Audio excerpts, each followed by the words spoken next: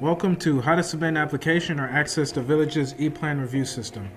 The Village of Royal Palm Beach has made streamlining building permits and the planning development application approval process a priority for homeowners, contractors, and design professionals.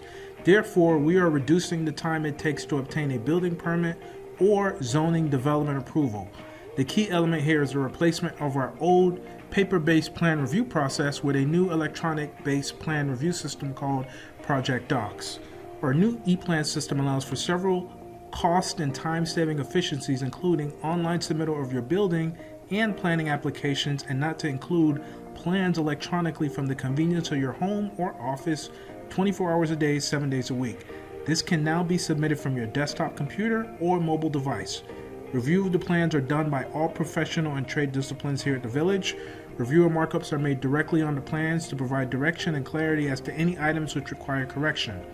Resubmittal of corrected plans are now done electronically from the convenience of your home or office. Real-time return of your approved stamp plans once the fees are paid online. This video provides general steps in the electronic application submittal and plan review process. It has been prepared as a general reference guide with instructions of the basic task necessary to complete a submittal and review using ProjectDox. In order to submit for a permit or planning and zoning project online, you will first need to access the e-plan system called ProjectDox. You can access ProjectDox by typing in www.royalpalmbeach.com/ProjectDox. By typing in that URL into your preferred browser, this will take you directly to the OAS online application portal page. To gain access to ProjectDox, you simply would launch the website and click on the Create Account button right here at the bottom, complete all the required information, and you will gain access. It's that easy. So we're going to go ahead and sign in with our username here, which is simply our email address. I'm going to go ahead and enter my email address here and my password.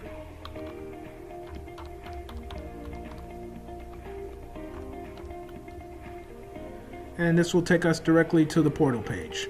So as you can see, I have a few projects that's been approved and I have one waiting in the review process. So I will scroll down here and we are at the type section. If I click on the drop down arrow next to type, it gives us two options, building application or planning and zoning. We will select a building application. So it wants a name. We're going to go ahead and give our application a name. I'm going to call this Raymond's Kitchen number 3. So I believe this is my third attempt at trying to build a kitchen. So I will click on the Start Application Process button, and that will take us to the electronic application. So now we are at the main screen, building permit application, and we are at a search method of address. And if you click on the drop down, that gives us a PCN option, but we're going to leave that at address because that's more user friendly. And I will scroll down here and we're at the address search option. Right now we're at the street number. Go ahead and enter in only your street number. It's very important you enter in only the number, no names. So I will enter in my number, and direction is not required. We can skip that. And street name, very important that you enter in only the street name of your address, no numbers. So tab down the suffix. If you have a suffix, enter that in. Suffix can be abbreviated. Go ahead and enter that in. I will click on the lookup button and I will scroll down, and this will return my address and anything else similar to my address. So what you're going to do is narrow down your address and your owner name, which will have your name pre-populated, and your parcel number if you know it. So I believe I'm the first one. I will go ahead and check that and scroll down, and the system will pre-populate all my address, my name, and the parcel. And if I scroll down, if I'm part of a subdivision, it will pre-populate that as well. So right now we're at application type. I will click on the drop down arrow for type, and I'm doing an outdoor kitchen. I believe it's inside of accessory structure, and now I'm going to select accessory structure type, and I will look for my type. It's not a driveway, it's not a gazebo. I'm looking for outdoor kitchen. There's outdoor kitchen. I will select that, and I have some additional questions to answer. Proposed improvement location. Is this application related to a code enforcement case? It is not. I will select the no radio button. Does it have a companion or pool? I will select no. Has it had zoning approval? I don't think it's required zoning approval. I could be wrong, but I will select no. And right now we are at the applicant/owner information. So very important, before we fill this out, I wanted to go over this at the bottom here. There's a question, is the applicant/owner acting as the contractor? I'm going to scroll down here. Right now it's defaulted to no. And what this means is, if I hired Smith's Contracting Service to build the outdoor kitchen for me, I would be required to enter in Smith's contractor information. Their tax number, their first and last name, their company email, phone, and lastly their contact and their license number. Being that I am building this outdoor kitchen myself, I'm acting as my own contractor. Is the applicant/owner acting as a contractor? Yes, I am. So what that does is it removes their additional contractor information field that I need to answer. So I will scroll back up and simply enter in my information, which I'm the owner. So enter in my first and last name and my address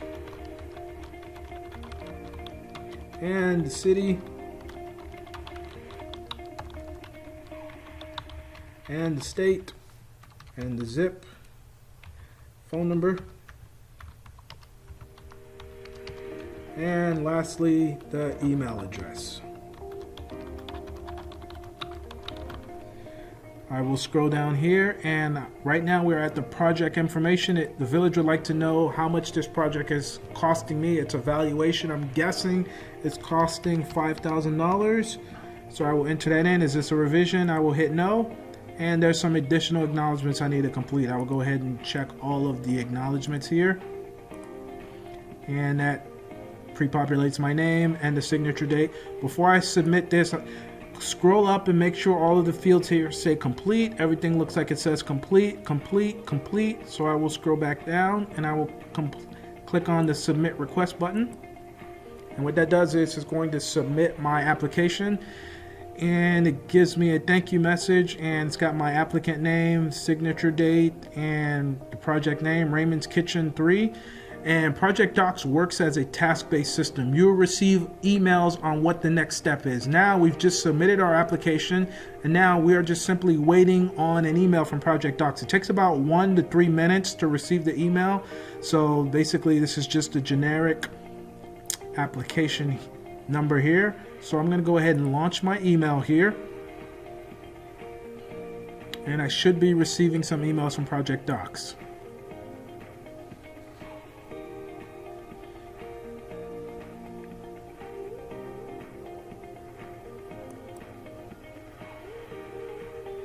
We'll give it another minute or two here.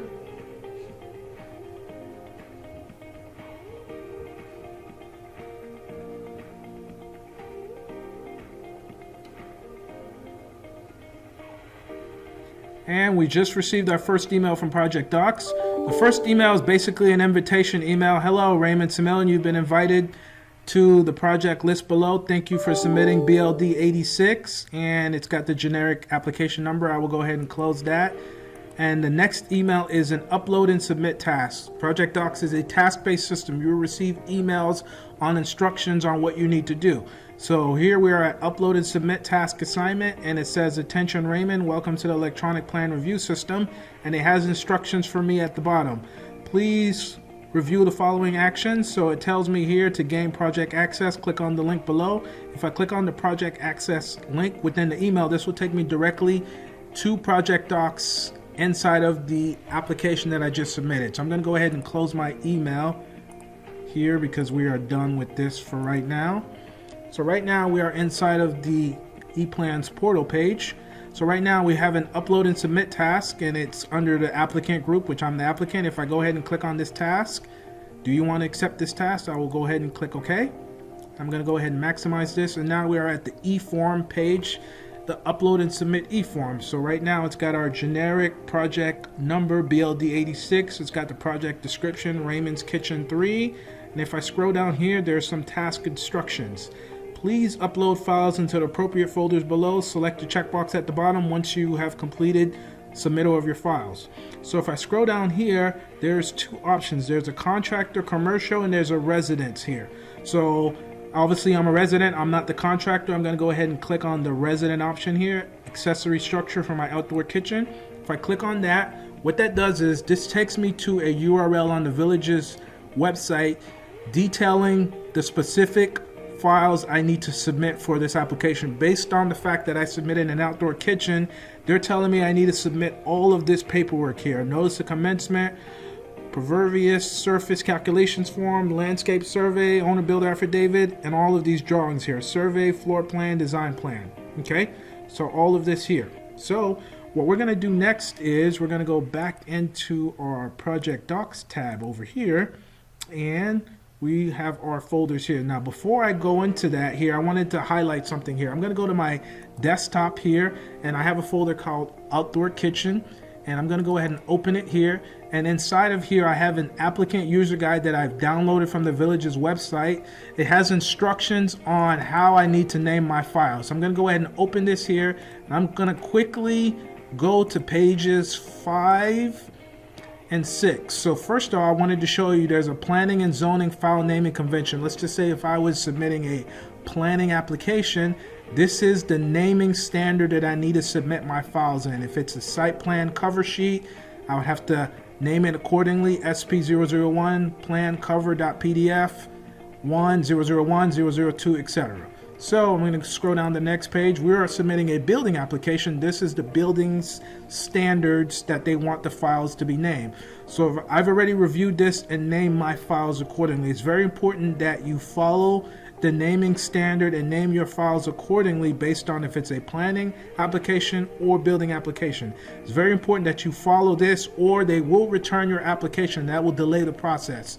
So I've reviewed this. Go back into ProjectDox here, and we're going to go ahead and start off on our drawings.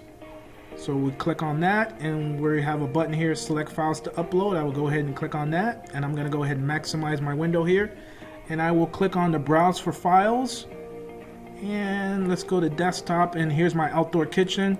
So let's move this over, and we are starting on the drawings. So let's go ahead and click on the drawings folder. And here's all of my drawings. As you can see, I've already named them to the village's standard. I reviewed the e-plan guide, and here they are named accordingly. I will go ahead and select all of my files, click on the open button, and that puts all my files in the queue.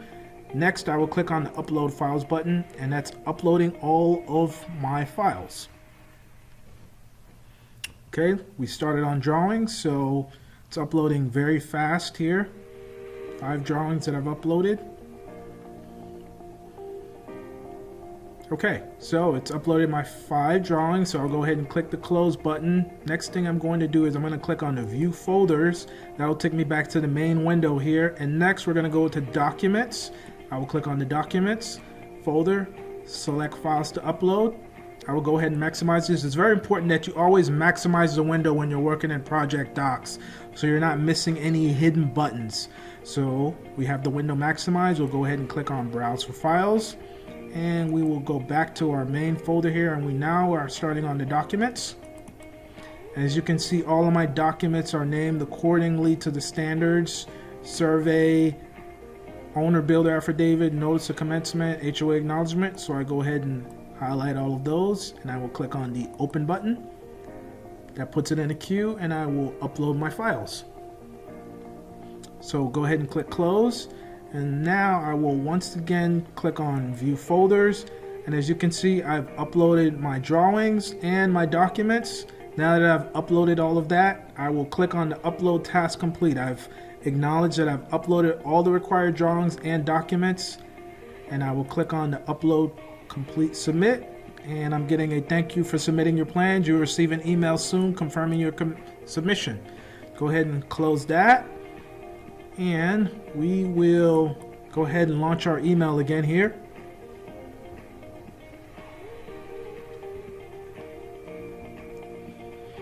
Here's the previous emails that I received, and I just received another email from ProjectDox, and it says upload and submit task was completed. Attention Raymond, your files have been received. Now the village is acknowledging they received all 10 files, and right now they are reviewing all of my files and my application. If there's anything that I missed, I didn't get notarized, or forget to sign something, I will receive an email.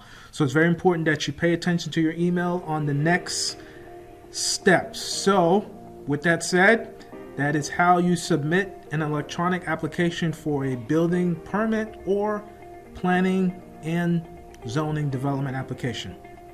Thank you.